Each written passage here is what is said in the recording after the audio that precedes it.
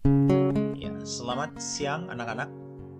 Kita bertemu kembali dalam pembelajaran Pendidikan Agama Kristen dan Budi Pekerti.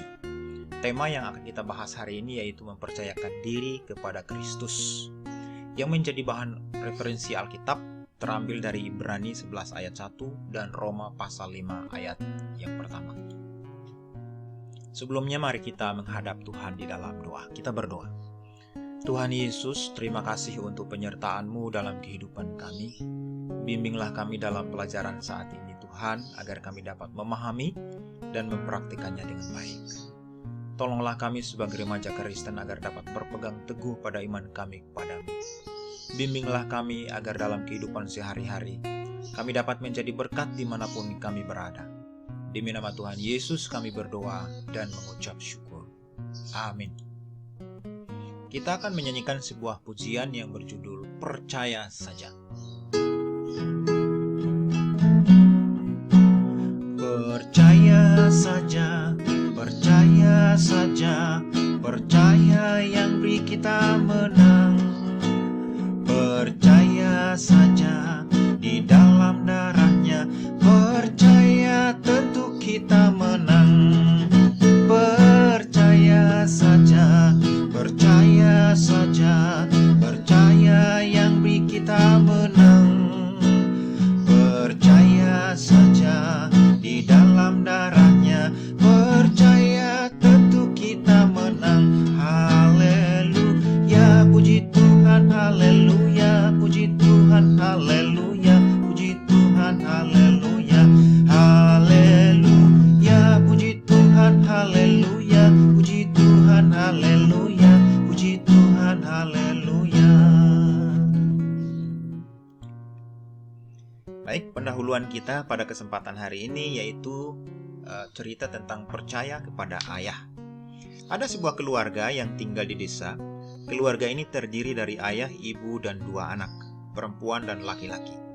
Desa tersebut dekat dengan hutan. Anak laki-laki sering bermain di hutan dan ia suka memanjat pohon. Ayahnya suka memperingatkannya akan bahaya memanjat pohon. Namun peringatan ayahnya tidak digubris, bahkan ia sering memanjat diam-diam. Suatu hari rumah mereka berdatangan tamu, saudara ibunya dan keluarganya yang tinggal di kota. Sepupu anak laki ini terkagum melihat pepohonan. Ada anak laki-laki ingin menunjukkan keahliannya memanjat pohon. Ia memanjat pohon yang ada di dekat rumah. Sepupunya bertepuk tangan mengaguminya. Anak laki-laki ini menjadi bangga. Ia mencoba memanjat pohon lain yang lebih tinggi. Suara tepukan sepupunya semakin keras seiring tingginya anak itu memanjat pohon. Lama-kelamaan anak laki-laki itu merasa pusing berada di atas pohon. Ia hampir saja terjatuh. Sepupunya berteriak ketakutan. Orang tua serta om dan tantenya segera keluar rumah. Mereka terkejut melihat anak laki-laki ini ketakutan di atas pohon. Mereka pun segera menyuruhnya turun. Namun anak laki-laki ini mulai takut. Ia tidak sanggup menggerakkan tubuhnya. Semua orang panik, para tetangga pun mulai berdatangan. Mereka ingin tahu hal yang terjadi. Anak laki-laki ini juga semakin ketakutan. Perlahan ayahnya mendekat ke bawah pohon. Ia berkata perlahan kepada anak laki-laki tersebut untuk turun. Anak laki-laki itu pun tetap tidak ingin bergerak turun. Ayahnya tetap membujuknya dengan berbagai hadiah. Anak laki-laki itu tetap di tempatnya. Akhirnya ayah berkata, turunlah perlahan-lahan nak, kamu tidak akan jatuh. Berpijaklah dengan ringan pada salah satu dahan. Jika kamu merasa dahannya kuat, teruslah pijakanmu. Ayah akan berada di sini. Kamu akan baik-baik saja karena ada ayah. Percaya saja kepada ayah. Kamu akan baik-baik saja. Ia mendengar perkataan ayah, keraguan anak laki mulai lenyap. Ia mulai bergerak perlahan mencari pijakan sampai akhirnya turun dengan selamat. Semua bersukacita karena anak laki-laki tersebut bisa selamat dari bahaya. Demikian pendahuluan cerita untuk pembelajaran kita hari ini. Nah, kita akan masuk ke materinya. Kita sering mendengar kata percaya, bahkan sering menggunakannya. Namun, apakah percaya itu? Percaya adalah menganggap, mengakui, dan meyakini bahwa sesuatu memang benar ada. Mengharapkan dengan pasti bahwa ia dapat memenuhi harapannya. Artinya, percaya bukan sekedar ucapan, melainkan sikap. Ketika kita percaya, kita sepenuhnya bergantung kepada orang yang kita percayai. Sekarang, apakah hubungan percayamu dengan Kristus? Percaya dengan Kristus sering disebut beriman. Jika kita percaya, maka hidup kita akan menunjukkan cara hidup orang yang beriman.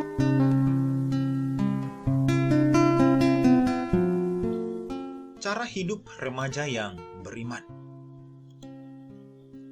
yaitu yang pertama, membangun relasi dengan Allah dengan berbagai cara, yaitu berdoa, membaca Alkitab, dan memuji Tuhan. Yang kedua adalah bertanggung jawab. Yang ketiga adalah setia dengan iman pada Kristus. Yang keempat, disiplin. Yang kelima, taat. Yang keenam, menjaga kekudusan hidup. Yang ketujuh, setia, jujur, dan dapat dipercaya. Yang kedelapan, tertib. Dan yang kesembilan, mengasihi sesama, mengasihi diri sendiri, terutama mengasihi Tuhan. Sikap hidup yang berpengharapan. Di dalam 1 Petrus 1 ayat 6-9, pengharapan kepada Kristus lebih dari sekedar keinginan atau cita-cita. Keinginan dan cita-cita akan berakhir di bumi, tapi pengharapan kepada Kristus itu menembus dua alam, yaitu di bumi dan di kekekalan. Roma 8 ayat 24 dan 25 berkata, sebab kita diselamatkan dalam pengharapan, tapi pengharapan yang dilihat bukan pengharapan lagi, sebab orang masih mengharapkan apa yang dilihatnya, tetapi jika kita mengharapkan apa yang tidak kita lihat, kita menantikannya dengan tekun. Di dalam Ibrani 11 ayat 6 mengatakan, iman adalah dasar untuk berharap. Artinya, tanpa iman orang tidak mengharapkan sesuatu, bahkan tidak berkenan kepada Allah. Hidup yang berpengharapan adalah hidup yang tertuju kepada Kristus dan mengandalkan Kristus.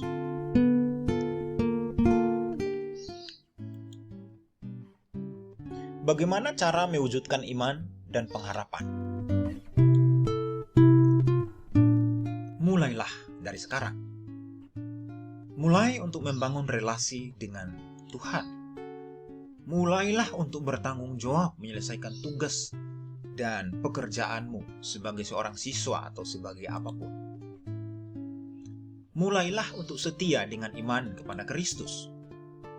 Mulailah untuk berlaku disiplin di rumah, bahkan dimanapun kamu berada. Mulailah taat. Mulailah untuk menjaga kekudusan hidup. Mulailah untuk berlaku setia, jujur, dan dapat dipercaya. Mulailah untuk tertib terhadap diri sendiri. Mulailah untuk mengasihi sesama, mengasihi diri sendiri, dan mengasihi Tuhan. Ibrani 11 ayat 1 mengatakan, iman adalah dasar dari segala sesuatu yang kita harapkan dan bukti dari segala sesuatu yang tidak kita lihat.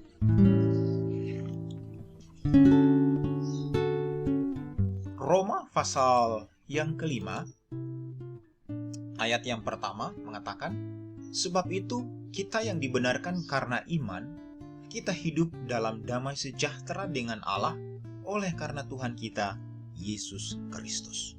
Jadi iman yang dimiliki orang percaya membuat hidup orang tersebut diliputi oleh damai sejahtera. Dan damai sejahtera itu diperoleh dari Kristus dalam hubungan dengan Allah dan juga sesama. Karena itu, orang yang hidup dalam iman akan menjadi orang yang memiliki karakter cinta damai. Demikian pembelajaran kita pada kesempatan kali ini. Kiranya Tuhan Yesus memberkati kita semua.